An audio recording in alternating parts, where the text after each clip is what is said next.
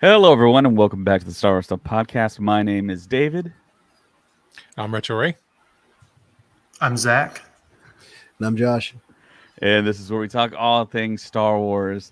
So, gentlemen, it's been a little while. I know Josh especially. What have you been up to, Josh?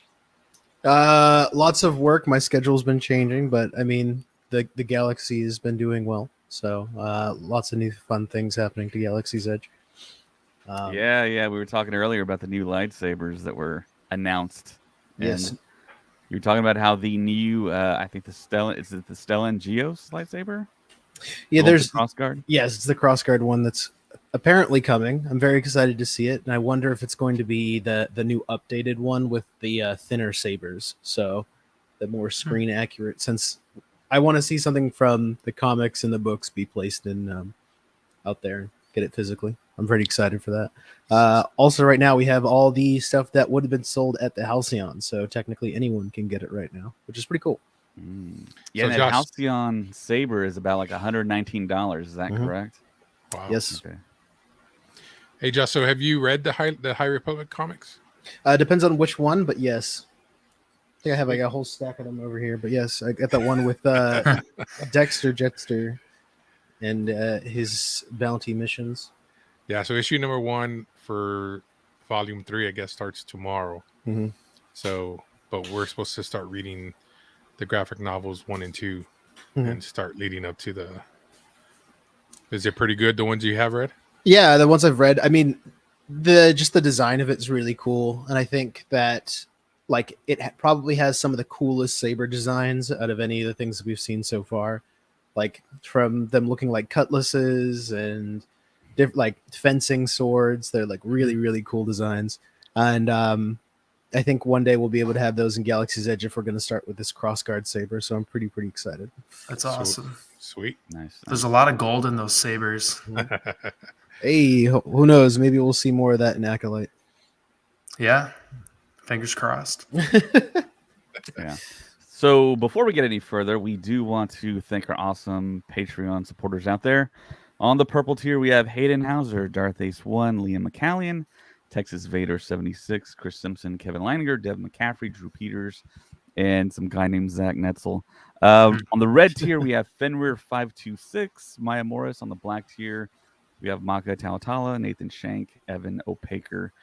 Thank you so much, of course, to everyone out there that supports the podcast, that jumps on Patreon, likes our stuff there, and interacts with us there daily. I had a pretty cool interaction today on the messaging platform on Patreon with one of our patrons. So hopefully we can get a couple of our stories done here pretty soon. But on to the main topics here. So the big story I think that broke today was in regards to the actor strike.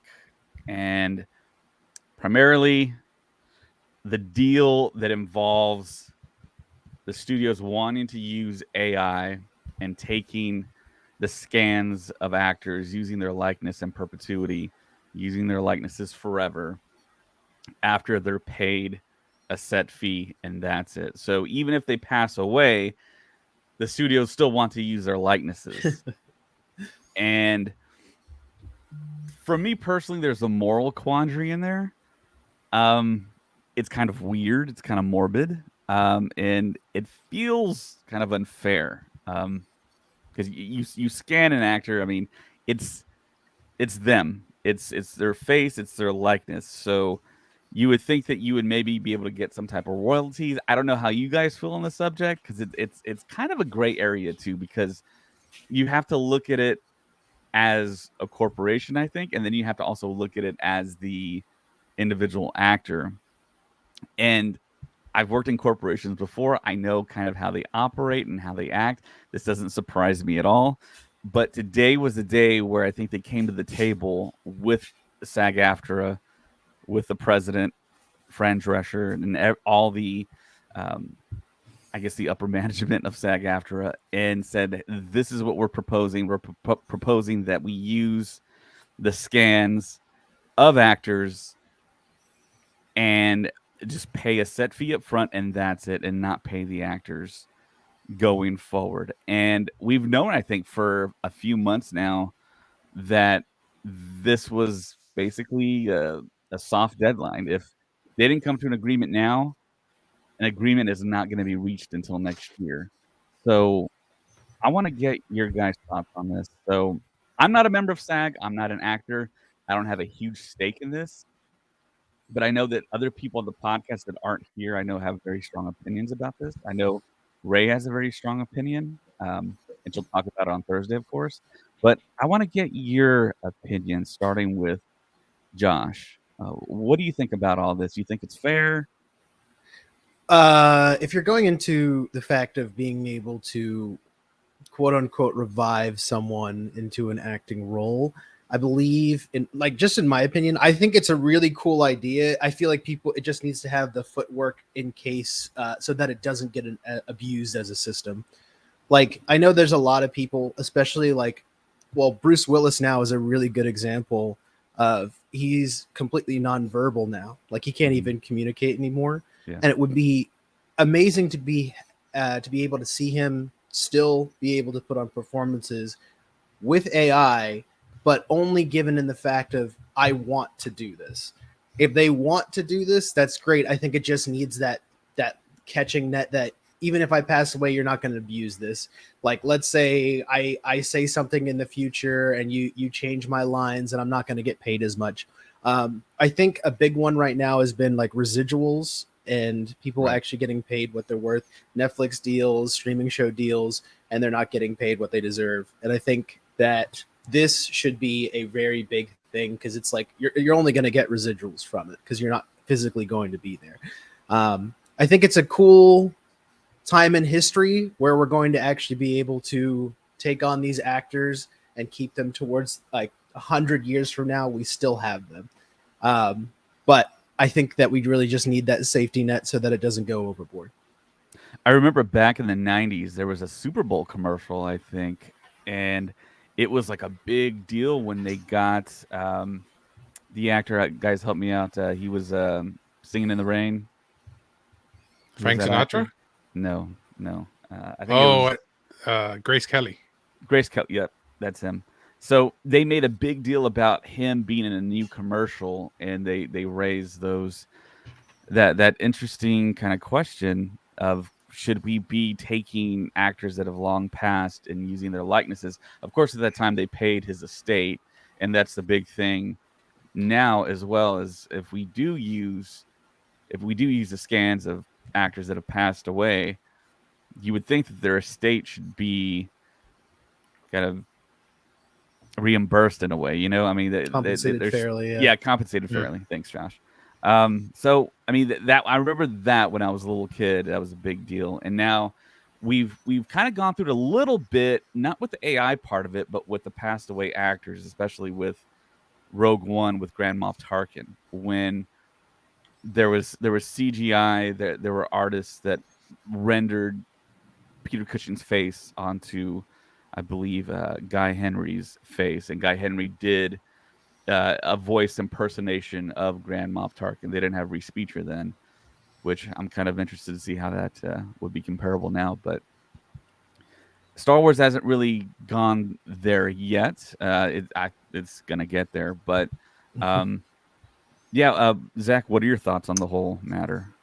I'm kind of a mixed bag on this one, because I mean, as a fan, like, seeing these characters that we know and love kind of never die, essentially, that's incredible. But like, if you think about, the estates that remain after actors have passed, I think out of respect for these families and friends of the people who are around after the passing of these actors, if they don't want these people to show up in projects, I can understand that and see how they should get a say in it, or like what Josh was saying, they'd be compensated fairly if if Disney pushed really hard. Let's say, God forbid, Mark Hamill passed away in the next couple of years and they wanted to bring in Luke Skywalker for this Filoni film, and Luke or Mark Hamill's family was all for him doing that or something like that. It's kind of, I guess, kind of from a moral aspect, I see that to be a little bit more all right, but it's you got to ride the line with it a little bit, and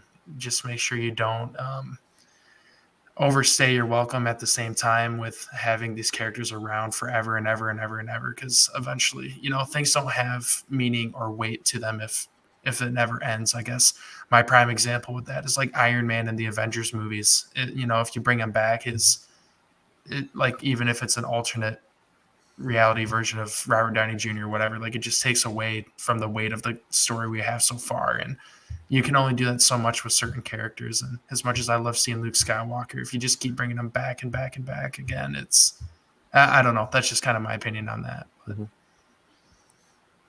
Ray, what are your thoughts? I pretty much stand with the actors. Perfect example. There's a couple things.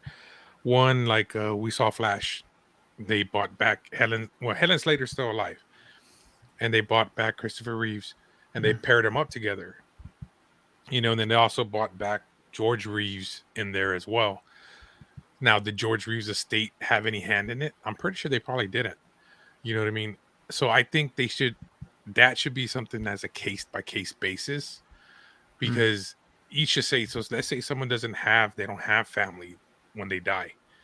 Well, then it kind of like when someone dies and they have a house or a mansion, it goes to whatever state they live in, and they can do whatever they want to do with it.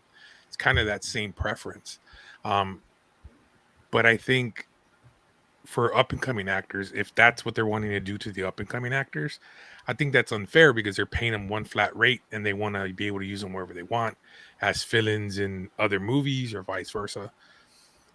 I think they should get paid equally for what they're doing, and not be used in that aspect. Now, mind you, perfect example, like Zach said, let's say Mark Hamill passes away, but let's say the family says, hey, we want his legacy to live on, so we're going to okay this. We're going to let you use him for another couple of scenes in a movie or something, or flashback.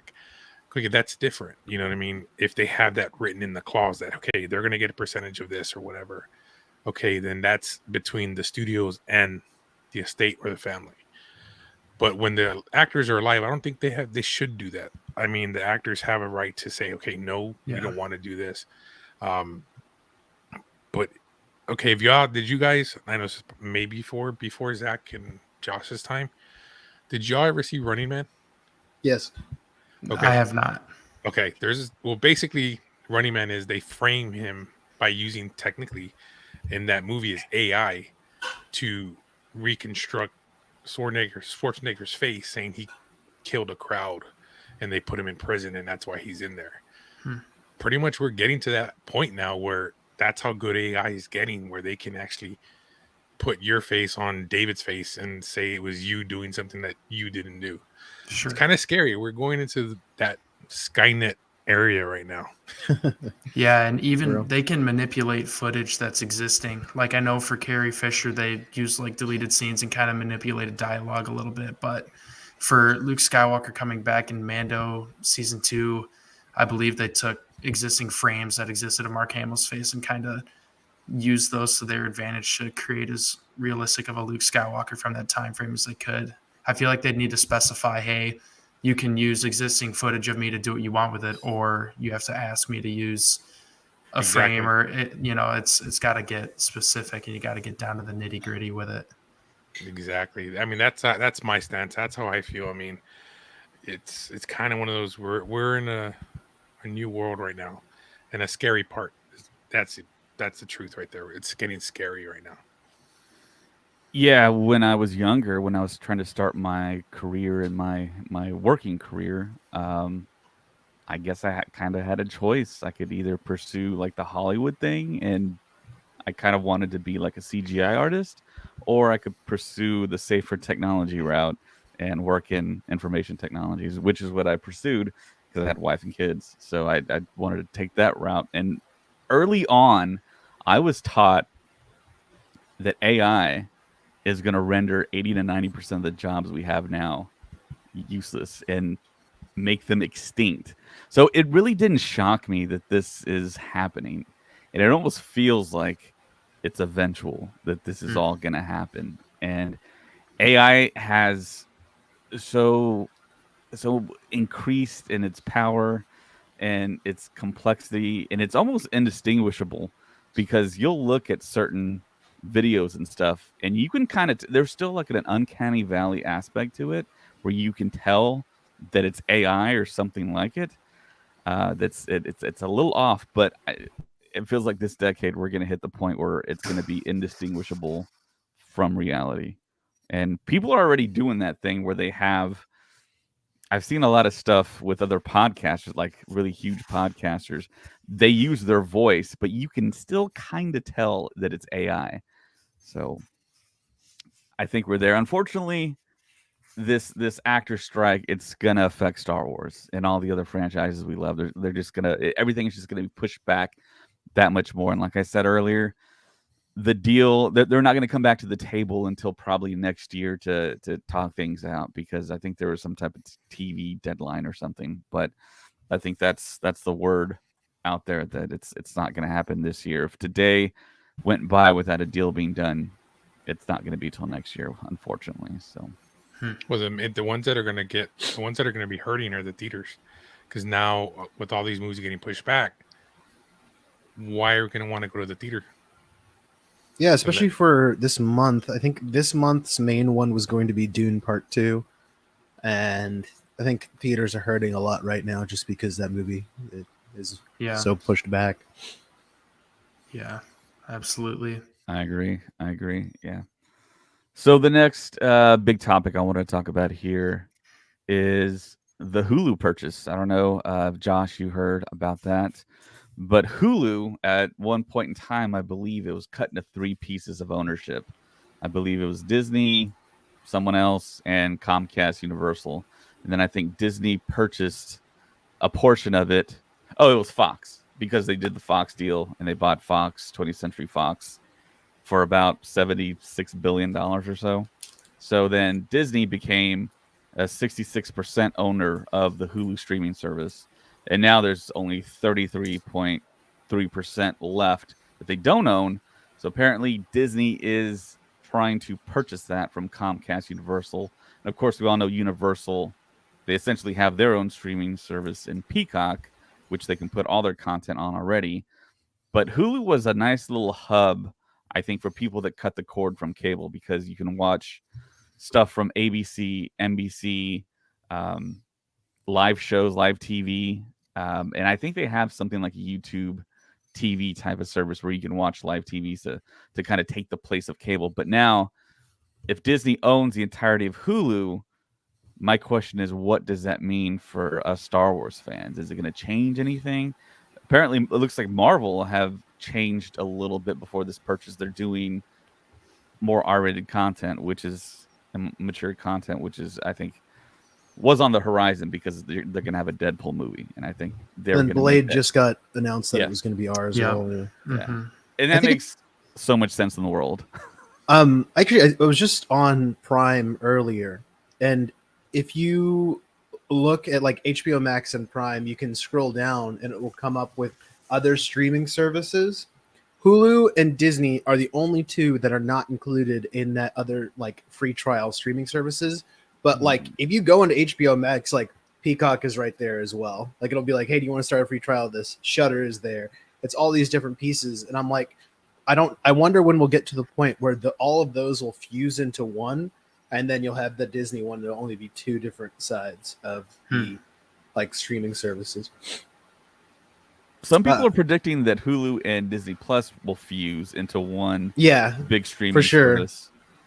So, because I know it was such a pain when I would have to log into Disney Plus and type in my code to get like all like the Netflix Marvel stuff to be included. I want to see the entire catalog of stuff I have access to. Yeah. And then again, I don't have children in my house anymore. All my kids are adults now, so that didn't matter, and they don't care about that stuff anyway. So it was kind of a pain. I think I was able to adjust it, but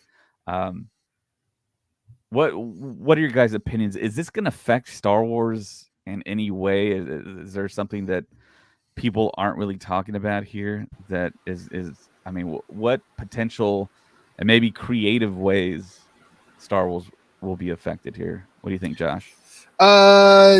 Creative ways. I'm very interested. However, it's one of those things where I'm going, hey, I'm looking at it by the financial side of things.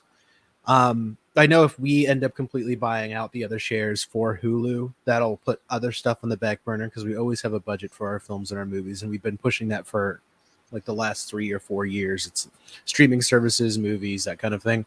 So Hulu opening the door for maybe smaller projects. I know that Hulu does or has Marvel projects that aren't necessarily MCU, but they're able to do their own kind of thing with it. Um, could be interesting. Could be. I really do. I'm all for them doing more kind of Star Wars projects that they don't necessarily have to fit into canon. I really do like Visions. But I think that if you're talking like, hey, we can push things that we wouldn't be able to push on Disney Plus, that's a very, very interesting area, and I would love to see what they do with it. Zach, what do you think? I think it could create an opportunity for more eyes to get on Star Wars kind of as a whole. I believe the first 3 episodes of Andor were on ABC. Correct me if I'm wrong. I think that was released. It's probably about a year or so ago now, maybe a little less. Yeah, it was last year, I believe.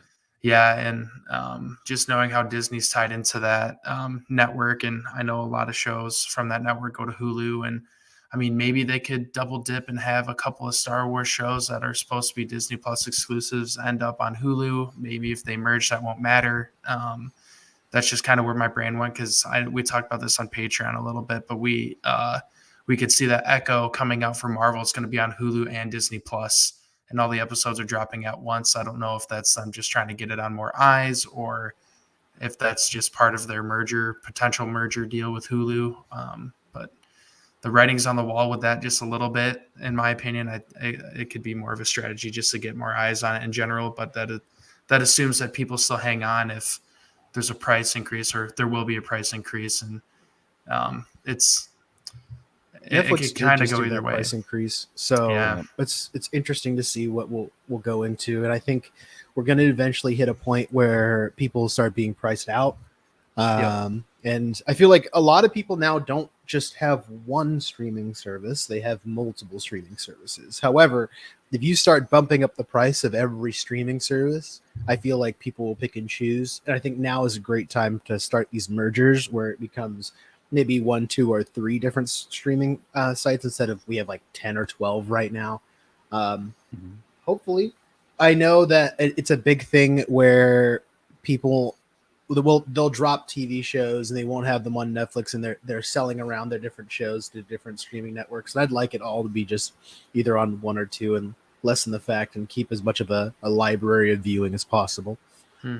Yeah, I think Sony is doing a really good play right now, being kind of the mercenary out there and licensing their content to Disney Plus and Max, and just not having a streaming service might be the best move that any studio can make, and it's serving them well. Because I just saw an ad for Far From Home coming to Disney Plus, and it's like, really, it's like that's a super old film now, but I mean, Sony's making money off of it.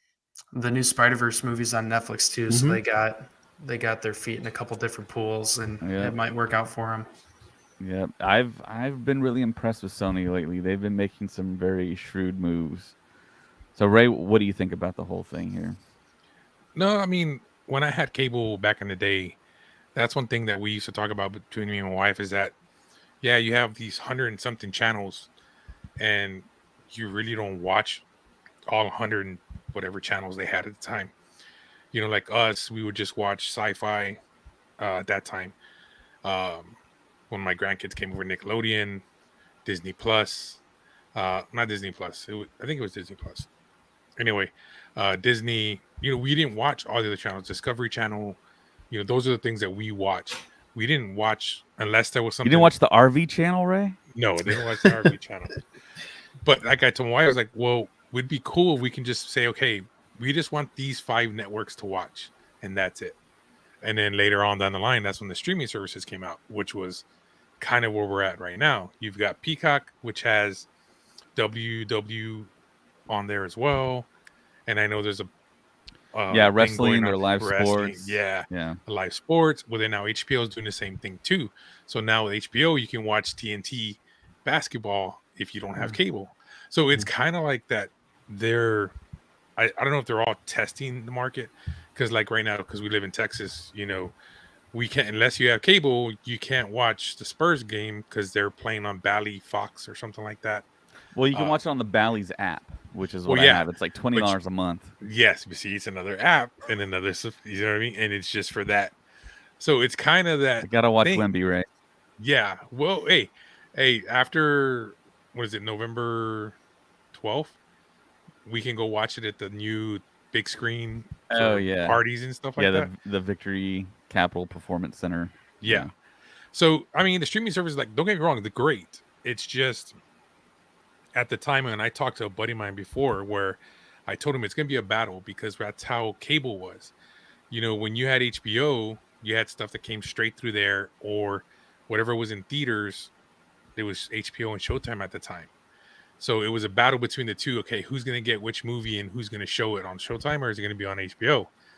Josh, this is way before when you guys were younger. That's all we had to watch was HBO and Showtime, maybe Cinemax if we were lucky. But now there's so much you have at your disposal.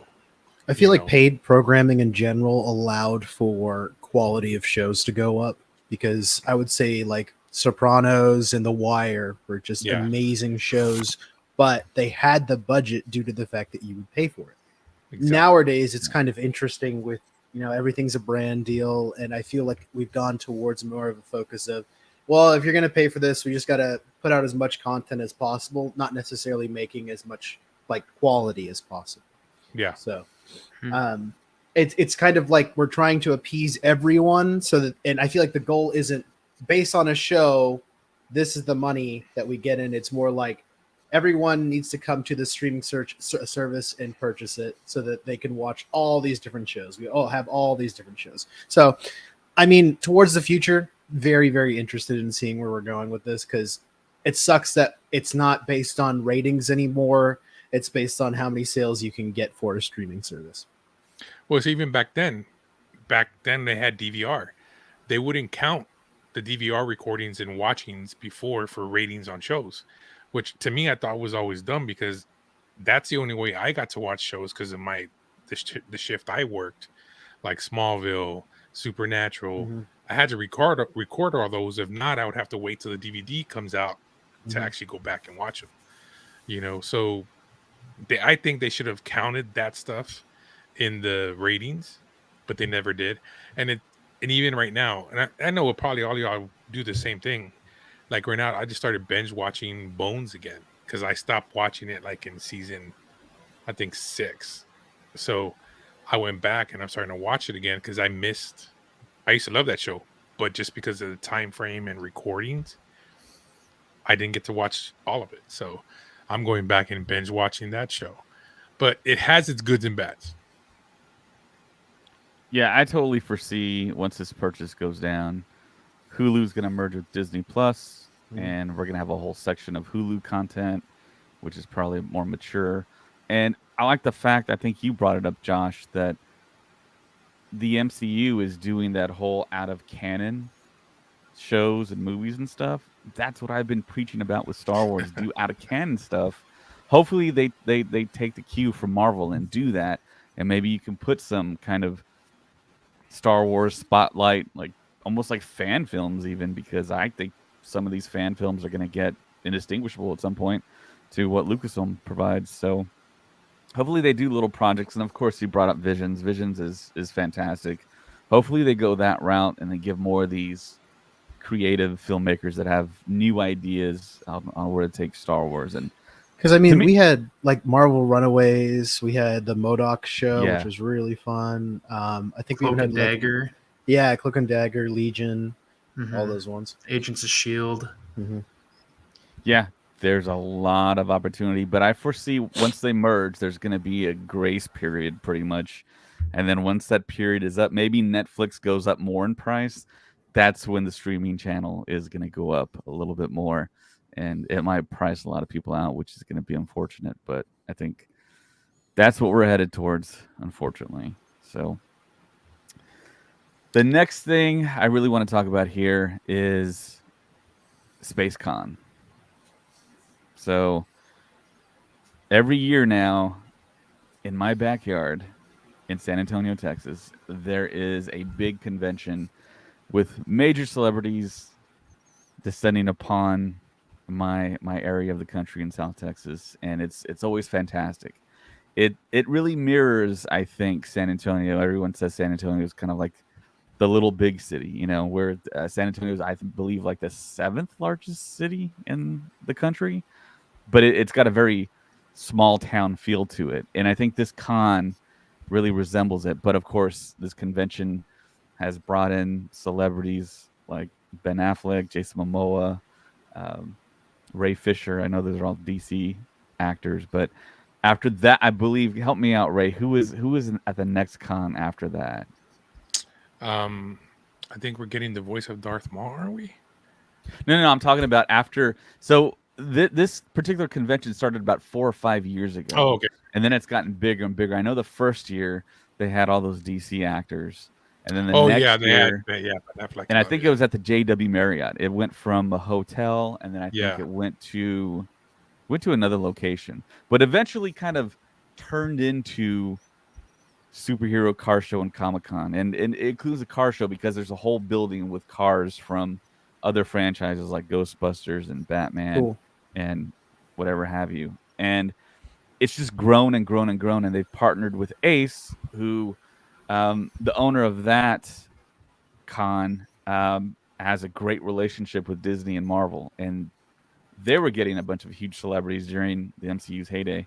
And now they partnered up with Superhero Comic-Con Car Show, and now there's going to be there's going to be 2 conventions a year now.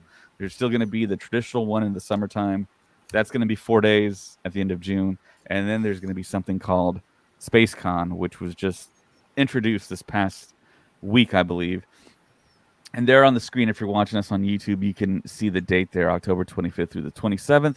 It's going to be about a year from now, 2024. And of course, the name of the con is SpaceCon. So you figure there's going to be a big Star Wars presence. So there's not been any official announcements yet, but we've had the showrunner on the podcast before, and we have a pretty good relationship with them. Last year, or actually not last year, last summer, we were at that same convention. And of course, Ray and I worked with Count Density Geekcast. They had a booth, and the founder, Ted, moderated the panels for Katie Sackhoff and Ming Na Wen.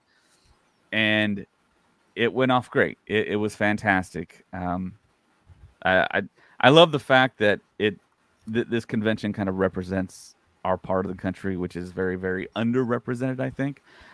But all these big celebrities show up, and it's great. And for this to be SpaceCon, of course, you're going to have other franchises, Doctor Who, Star Trek, probably as well, and probably celebrities from those particular franchises. But I just want to say right now that Star Wars Stuff Podcast is going to be there. We're going to be there in force. We'll probably have several of our hosts there. So if you can, clear your calendar for October 25th through the 27th. Make your way down to San Antonio, Texas, and check it out. You'll have a great time. There's a lot of different perks. The weather's gonna be fantastic. I know a lot of people don't like the heat. I don't like the heat, but October, it's gonna be the weather. The conditions should be awesome. And I was actually pulling for like a winter convention, and I think someone on Facebook said, "Well, the weather in Texas is so unpredictable." Yes, it is, but it's not gonna be roasting you like it is gonna be in the summertime. So the later in the year, the better. And to me, this is right up our alley. So, Josh, you gonna make it? If I could, I would.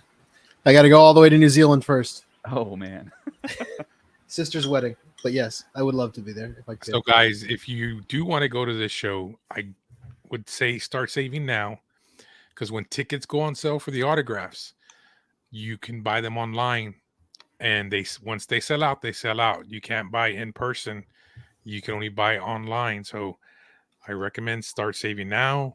So once they go on sale, you don't miss out, because even if you come to the event and it's sold out, that's it. There's no tickets being sold at the tables like at other conventions. So just save your money now to make sure you don't miss out. Yeah, I actually spoke with Bob a couple days ago, and I told him that I've been promoting SpaceCon ever since they officially announced it. And I said, yeah, I already knew that we're probably going to get a nice array of big time Star Wars actors, celebrities, people that are involved with Star Wars. And I think it's going to be fantastic. I just love the fact that it's going to be concentrated on space. And I figure with Bob's track record, it's going to be pretty epic. So they did release an update on Facebook. I'll read it right here. So this was posted yesterday. It says, in 7 more days, the intergalactic fun begins. SpaceCon San Antonio badges go on sale on November 13th. It's a stellar 20% discount. And this is a sale.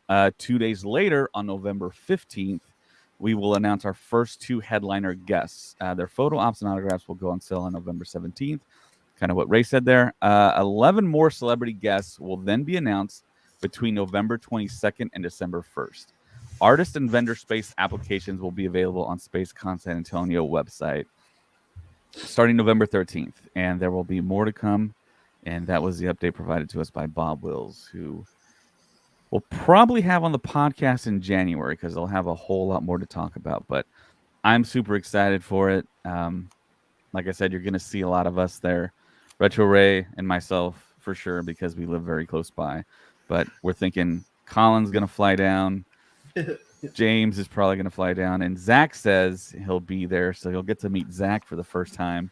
You bet. And I'll get to meet him for the first time in person. So, yeah, as you can tell, I'm super hyped for it. Check it out if you can. It should be a fun and awesome time. So almost like a mini celebration too. I just want to say that as well. I mean, you're going to see a lot of happy Star Wars people, I think. So the next thing I want to talk about, speaking of cons, so Colin and Star went to their local con, Grand Rapids Comic-Con, and they actually got to meet a Star Wars celebrity in Amy Allen, who played Ayla Secura in episode 3 as well as episode 2. And of course, you saw her sequence in the Order 66 sequence on Felucia. And Colin had nothing but great things to say about her. They talked to her for a good while, he said. And Colin and Star just kind of introduced them. Amy Allen actually followed Star on her Instagram because Star does one of the few, I think one of the few Ayla Secura cosplays out there that she kind of like really does on the regular. And she had a great interaction with her. And Amy said that she's down to come on the podcast on StreamYard here once the actor strike ends. So I'm really looking forward to that. And the thing I actually didn't know about her is that she was a PA at Lucasfilm, and she wasn't an actor. They just kind of, George actually pulled her in and said, "Hey, look, you want to do this part?" She basically said yes, and she got to be a Jedi. And she does a lot of conventions now, and she'll go to many different cons. I think she did a couple here in Texas recently, and she was up at Grand Rapids Comic-Con. She spoke with Colin and Star. And yeah, we definitely want to talk to her about her experience coming in the future. But Josh, is there going to be anything? Is there anything up con related with Star Wars actors in your neck of the woods here pretty soon? Yeah. No, I think our next con is based off of Power Rangers. That's the next one that we have. Interesting. We don't have a really big one for just yet, so still waiting. The big convention in the Orlando area is MegaCon, right? MegaCon is the one that you're probably going to see a lot of your favorite Star Wars actors at. Yeah. I think last time we had like Hayden Christensen. Yeah, that's right. They have everything from horror to Supernatural, Doctor Who, Yeah, everything. That's tons cool. of stuff. And super busy. Yeah, I can't wait to talk to her about. And she does have a few interesting stories. Colin shared a couple of things with me, but I definitely want to save it for the podcast when she comes on when the actor strike is lifted. So, That's fair. yeah, totally is. So the next thing I want to talk about is kind of a little off the cuff here, but we spoke about it on Patreon, and it was very coincidental because Ray and Zach were like, "Oh my gosh, we were just talking about this in our personal lives." So I had a dream about I had a dream about outside of the Star Wars movies and the shows and stuff because I asked a question to Zach and Ray. I said, "Have you ever had Star Wars dreams?" And of course, yeah, they have. What were you doing in them? And my Star Wars dream that I recently had was I was at an airport with Katie Sackhoff, and I was talking to her like when you wait to get on the plane. She was sitting next to me, and we were having a conversation. And I asked her about like her upcoming work, what roles is she trying to do or pursuing, or what she'd been casted in. And she told me she got casted in a DC film for some reason, and she couldn't tell me who she was playing or what the film was. And then the dream kind of morphed into us being at like a Comic Con, and I think maybe it was because of the whole Space Con thing and that whole announcement that we had that experience at Superhero Comic Con where we got to kind of go behind the curtain and talk to Katie Sackhoff. I know James had a really cool experience with her when we went behind the curtain. We kind of spoke to her right before she got on the panel stage. James, I don't know how it got to this point, but James and Katie started talking about the best taco places in LA. And then Katie just started talking to James, and then we all left. And then before he knew it, James said he looked around and he's like, "Oh my gosh, I'm the only one back here with Katie Sackhoff talking about taco places in LA."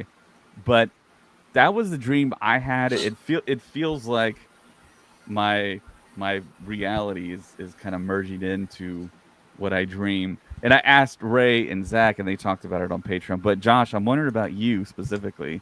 What kind of Star Wars dreams have you had Specifically, that you can talk about on this family podcast? I always think of just if it's like a dream, I would say I get a lot of like bounty hunter ones. I mean, for me, I've always wanted them to announce a bounty hunter show, and I think I've had multiple dreams of who I would have as like people coming in and being like, "Hey, look, we're gonna do this bounty hunter show." And then I think the next dream, the main one I've had, is literally having anything to do with Batu, a show or a movie that has something to do on Batu has been Nice. my number one since I'm always there. But Yeah, of course, yeah. I've had I think everyone probably here has had that experience when I was younger and I worked at McDonald's. I would work like a 8-hour shift of doing one thing for 8 hours, and I come home, and then I'm trying to get away from it, and then I dream my job like making a burger, and it's like I can't get away from it. I don't know if you've had that experience, but I've heard a lot of people talk about that. yeah, I don't know about it being at McDonald's, but yeah, for Galaxy's Edge, that works. That's fine. That's Yeah, that's cool. That's cool. So Zach and Ray, I know you talked about it on Patreon, but let our general listeners know about your experiences. Zach? So, like I talked about a little bit on Patreon, I have dreams where I'm like submersed in the Star Wars world. I've had roommates tell me after we've woken up from sharing a room, like, "Hey, you were talking about saving the Republic in the morning when you're going to wake up." And Let's it's go. like I kind of pictured. I've had dreams where I pictured Umbara. I'm trying to, but there are battle droids in the Umbara scene in my dream, and I was with the 501st slicing down battle droids, and I've had dreams where I've been chased down by General Grievous, and I wake up like kind of freaked out because play your cards right. I mean, Grievous can be a pretty freaky character if it's done a certain way, and But yeah, mine are definitely more just because I have such a passion for wanting to be submerged in that world, and it's kind of an escape mechanism for me a little bit in my real life. If I'm just I don't know, sitting in the car or dozing off at work and get distracted for a couple of minutes, it kind of goes into what if, oh, I would do this, I would have this type of starfighter, oh, I would want this colored lightsaber, and that's just kind of my dreams kind of reflect that a little bit. And you said you also have sensations of like being able to jump with the force. Yeah. So there's definitely been times where I've done crazy force maneuvers, like specifically force jumps, and it kind of makes me twitch and wakes me up a little bit. I don't know why that's the way it is, but yeah, yes, force abilities are definitely incorporated, and specific ones will wake me up. The ones that wake me up is when I'm wearing roller skates or rollerblades for some reason, and I'm in Tearing it bed up. and I'm about to fall, and I just like shake violently in bed. Yeah, And my wife is like, "Are you okay?" I'm like, "Yeah, I just had a dream where I was falling." I just ate it. Yeah. Oh man. So Ray, Now mine it's kind of weird. I think it's because we see this so much played out in other movies. The whole Luke Skywalker on Hoth where he's reaching for the lightsaber, and then of course we see it again in Mallrats where you see Silent Bob trying to take the cigarette from his hand. And then of course recently we saw it in Ahsoka where we see Sabine practicing to try to move the coffee cup and stuff like that. So my dream is always trying to reach for the lightsaber to bring it towards me. But yeah, that's pretty much what mine always is. Um, I just, well, we talked about it, of course, on the Patreon, but what you were saying, it's kind of reaching out for stuff that I want to get to or whatever. But yeah, it's kind of weird. It's always that one I always have dreams about. It's yeah, and as a occurring. It's kid, occurring. yeah, as a kid when you're watching TV and the remote's on the other couch or chair or whatever, you always try and reach out to grab it, see if it actually works. Yeah, Which exactly. brings up one of my favorite memories with me and my dad. When I was little, he talked to me, and this is a real thing, guys. This isn't like made up, but he told me the story, and Josh might know this story living in Florida because it's in Florida, about the Coral Castle. You heard of it, Josh? I don't. Keep continue, and I will say yes or no. So, and there was an unsolved mysteries on this story as well. So it's a story about like where we find him, where the telling of this guy's life starts when he's middle aged. He's almost like a hitchhiker. He's picked up, he's dropped off in Florida. This person, I hope I'm getting the story right, but the way I remember it is this guy just ends up in Florida. He's dropped off in the middle of nowhere, and in that spot in Florida, the ground is made out of coral, so it's like hard rock, and he's left there. And then people check up on him, and he has moved pieces and cut pieces of coral without any machinery. And so the theory is he was doing this with his mind. So it's essentially a guy that discovered the force and could use the force. And people couldn't figure out how he was moving all this heavy rock, kind of like the pyramids. And he built essentially this castle type structure out there in a city in Florida, and it's called the Coral Castle, and you can visit it today. And it was just a single guy. And when people would check up on him, they would see like very rudimentary like tools that he was using, and he said, "Yep, I'm using this," and they're like, "No, yeah, it's impossible to use that stuff to move all these like tons of rocks." And that's the story that always stuck with me. And you can visit it today. He built a rocking. It's weird. He built a rocking chair out of solid coral that somehow it's like cut to like a precision of like a machine cutting it, and it just constantly rocks. It's perfectly balanced. It just never stops rocking. Wow. So yeah, look it up. It's out there. It's on Google. I've talked about it before on other stuff, but yeah, that's just one of the stories my dad would talk to me about. And I was thinking, oh, well, maybe you hear the whole like, oh, we only use as humans like 20% of our brain or whatever. If you unlock the rest of it, you can do crazy stuff. But yeah, Nice. Could be an alien too. He could have been an alien. that's possible. Yeah. So did people not see him do any of this himself? Like no one would stay and watch for a couple hours to try to watch him move. Like I guess per the story, I don't know. I might be Yeah, bringing yeah. logic I into this think too the much. But Unsolved Mysteries episode did talk about people saying, "Oh yeah, I'm gonna leave," and like try and like yeah, take a look at what he was doing, and no one said that they could see it with their own eyes that he was moving stuff with his mind. But I mean, there's no current technology at the time. I think he did this in the 70s. Okay. 70s or early 80s. And they asked him too why he was doing this. And the only thing he would say which no one could make sense of, he said he built it for Sweet 16. And it's like, was he talking about like his daughter, his girlfriend when he was younger? We don't know. But the castle still exists today. If you just simply Google it, you can find it. But that kind of makes me think of like if a tree falls in the woods and no one's there to hear it, do the other trees laugh at it? Or I don't know, like just kind of just if you step away, and that's cool to think about though. You know, if we can actually unlock that power, that would be really cool. So for sure. Yeah. And announced this week is another. I think we didn't talk about this hilt at the beginning of the show, but the Kanan Jarrus lightsaber hilt is going to be for sale at Galaxy's Edge. Here's a picture of it if you're watching us on video. That looks sweet. Yeah. And of course Josh works there. And I think you reported that it's not quite on sale yet, right? They're doing the preview thing. From what I know, I haven't been in just like I was only there back like a week ago, and that was for my anniversary. So they have the display up right now in California. Don't know when it's going to come out. Hopefully, it'll be faster than Cal Kestis's lightsaber. But I think that they're going to limit how many they make this time because they made so many of the Cal Kestis ones, they were practically half price by the end of it. So I think that they're going to limit how many they're making this round.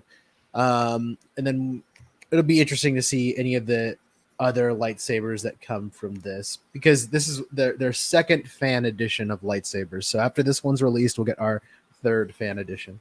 So it'd be interesting to see what they pop out with. What I've heard is saber. And what I've heard is you can actually take it apart like Kanan does in Rebels and have the two pieces separate from each other. That'd be cool. Yeah, definitely. So that's pretty much all I had, guys. Was there any like Star Wars stuff that you guys wanted to bring up, mention? Oh, just that if you guys are into comics, don't forget tomorrow High Republic issue number 1 drops. So don't forget to pick that up at your local comic shops, which is we will pick up ours from Dragon's Lair here in San Antonio. Yep, that's So yeah, if you're in the San Antonio area, check out Dragon's Lair Comics and Fantasy at Alamo Ranch in particular, because they are the comic book shop that's supplying us with our comics when we do reviews on comic books here. So definitely support your local comic book shop. Either way, if you can't make it out here to San Antonio, support comic books. I know it's one of those medias that forms of media that kind of goes up and down as far as like popularity. And I remember one of my favorite comic book shops. It was in New Braunfels, Texas, that when I was a little kid, I would always go to. And that was the first place I actually heard about them starting to make an X-Men film for the very first time. And they had like a black and white card, I still remember it, of all the actors. And I was like, I was like, who is Hugh Jackman? He's going to play Wolverine? This is going to be terrible. It's like, who is this dude? So, yeah, it needless to say that he's played the character longer than any Hollywood actors played any character at this point. So, yeah, it worked out. Yeah, especially since the actor strike looks like it's going to take a little bit longer. If you need some stuff to read, that's where you want to go, guys. Yeah, definitely. And there's a ton of different runs that are canon, I guess you could say, until they aren't, if there's a live action contradiction. Yeah. But yeah, Dr. Aphra, droids, So I'll Obi-Wan. show you Yeah, so we got. I don't Dr. know Aphra. why we haven't had anything with her in live action. That is the most perfect character. Hey, just give it time. We got. I think Dark it's coming in Droids. the Vader series, Josh. When they announce that. Goodness, please. So then we also got the regular Star Wars issue. So there's plenty to read, guys. If you want to read Star Wars, go and pick some stuff up, man. There's plenty. They got Mandalorian. So sky's the limit, guys. Yeah. Tons on the way too. Yeah. So, all right. I just want to say thanks to Dragon's Lair, of course. You saw their image on the screen. They're supplying us with comics. And thank you to all the listeners. I want to kind of reiterate that during Ahsoka, I think we had like record numbers of listens and views on video, YouTube, Twitter, and Facebook. So thank you to everyone out there. And of course, all of our awesome Patreon support. Can't say thank you enough. And for Josh, Zach, Retro Ray, my name is David. And may the Force be with you. Always. There you go.